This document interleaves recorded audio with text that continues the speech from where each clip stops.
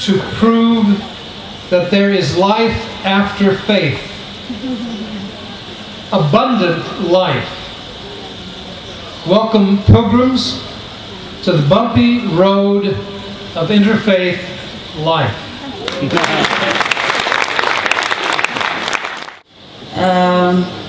At this moment, we are going to hear from the executive director, somebody who knows, I should say, the purpose of why we are here by heart, and who always lives those principles every day, and who helps us to always live those principles every day, and who works so hard to understand us in all our diversity, and who is also steering the wonderful staff around the world who are doing enormous work at such little effort that we usually put in. At this moment, I would like to call upon Charles Gibbs to say something to us.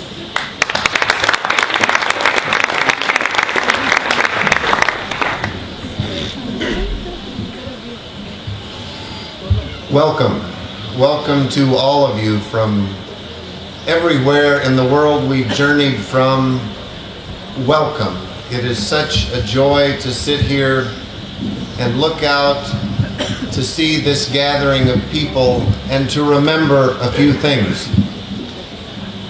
I remember about 15 years ago sitting in Bishop Swing's dining room with a file folder that was about this thick, that contained all that existed in the world of the United Religions Initiative.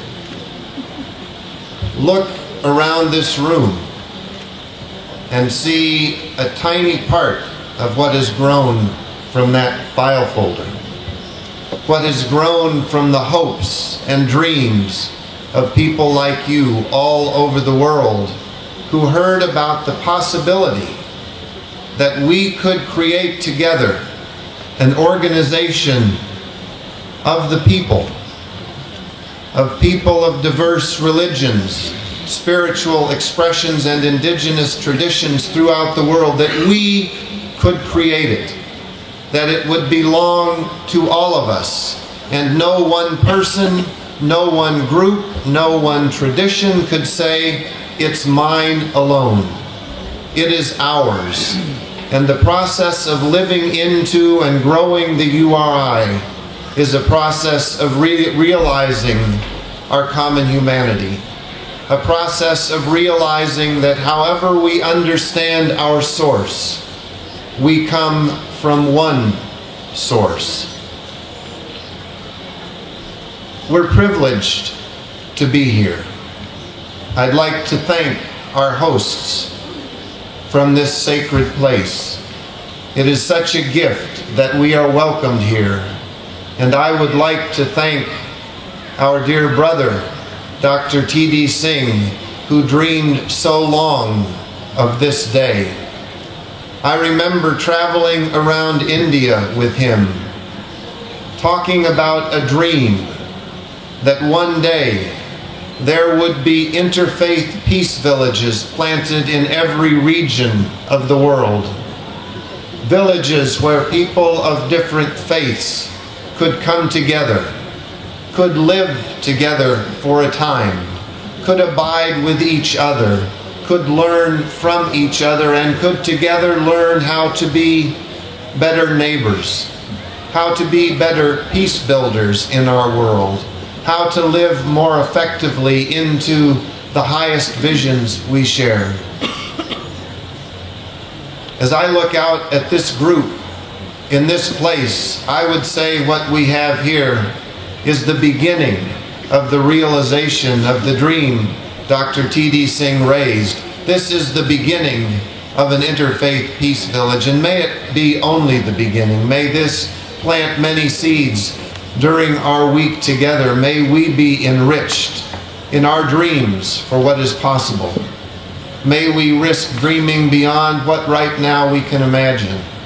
And may we be bold in raising initiatives that can help our work flourish. Our theme as we gather here is pilgrims of peace, many paths, one purpose. Pilgrims do not travel 5-star generally, although there may be a few 5-star pilgrims.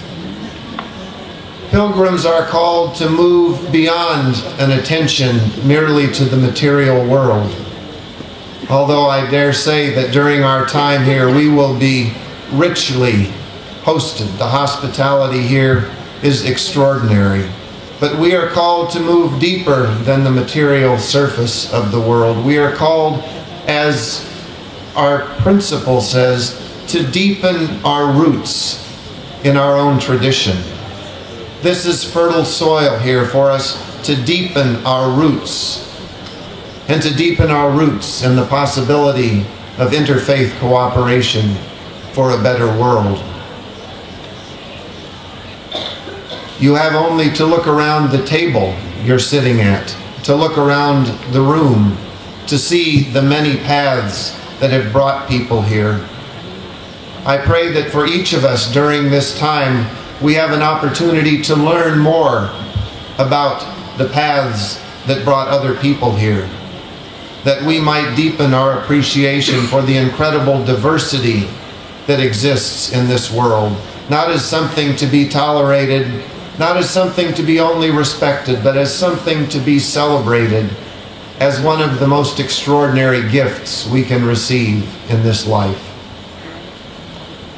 And the one purpose, Despina mentioned that I like to recite the purpose statement from memory, and I'll do that now, and invite those of you who remember it yourselves to please join me. The purpose of the United Religions Initiative is to promote enduring daily interfaith cooperation, to end religiously motivated violence, and to create cultures of peace, justice, and healing for the earth and all living beings. May our time together this week help us understand that purpose statement more fully, to hear the thousands of voices that spoke it into being. And during our time here, may we deepen our commitment that when we go forth from here, we will be renewed in our energy, renewed in our inspiration, and renewed in our dedication to make that purpose a living reality.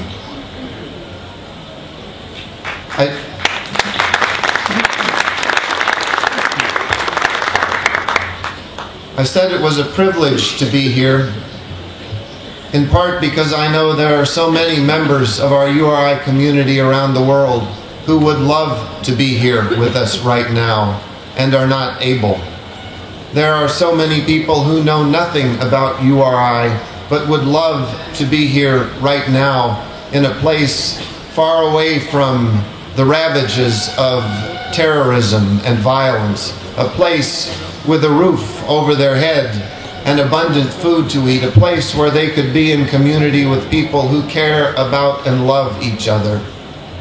I would ask us to take a moment in silence to invite those people into this space, and to think especially of inviting into this space those suffering especially from the violence in Mumbai. I heard last night that two of our members, Dr. Shlomo Alon and Eliyahu McLean, flew through Mumbai in the midst of that violence. They were planning to visit a friend, a rabbi in the Chabad house. They called, no one answered. They called, the line was busy. They called, and were unable to get through. Finally, they decided, we'll get into a cab and go visit him. They got into a cab and told the cab driver where they wanted to go, and the cab driver looked at them and said, "Are you crazy?" They talked to a policeman who said, "You must stay in the airport. There is a war going on right now." Tragically, the rabbi they were going to visit was killed, as was his wife. Blessedly, their 2-year-old child escaped alive. May we invite all those grieving, mourning into our midst, and as we invite them, may we understand the potential we have to help change the world.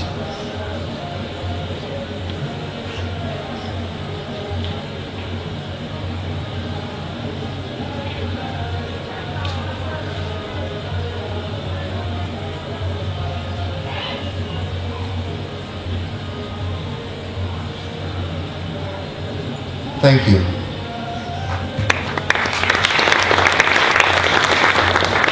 Two more things quickly. The first, I shared with the young leaders a story of a dear friend of mine, a priest from the Kanko Church, which is an offshoot of the Shinto faith in Japan, a man named Masato Kawahatsu. His daughter Jetty and my daughter Naomi were classmates from the time they were 5 years old until they were 14. And as Moss and I got to know each other better and better, one day he shared with me a story of how he had gotten very ill and nothing seemed to help him get better. He despaired that he would ever get better, and one day lying in bed, he asked in a way that was almost a prayer, "Why am I not getting better?" And the answer that came to him, as if an answer to a prayer, was, "Because you are not grateful." Moss told me from that point on, he adopted a practice of saying thank you 100 times a day. I thought, well, that's a lot of times to say thank you in a day, but I will give it a try. So a few months later, I saw Moss again, and I said, "Moss, I'm saying my thank yous 100 times a day." And he said, "That's great. I've decided we need to say thank you 1,000 times a day." I'm working my way up. But I would invite us during this time here to remember to have an attitude of gratitude, to remember to say thank you, to say thank you to the people sitting at your table, to say thank you to our gracious hosts, to say thank you to the people we encounter, and to say thank you to yourself for having the courage and the inspiration and the direction to be here, to dedicate your lives to helping to transform our world.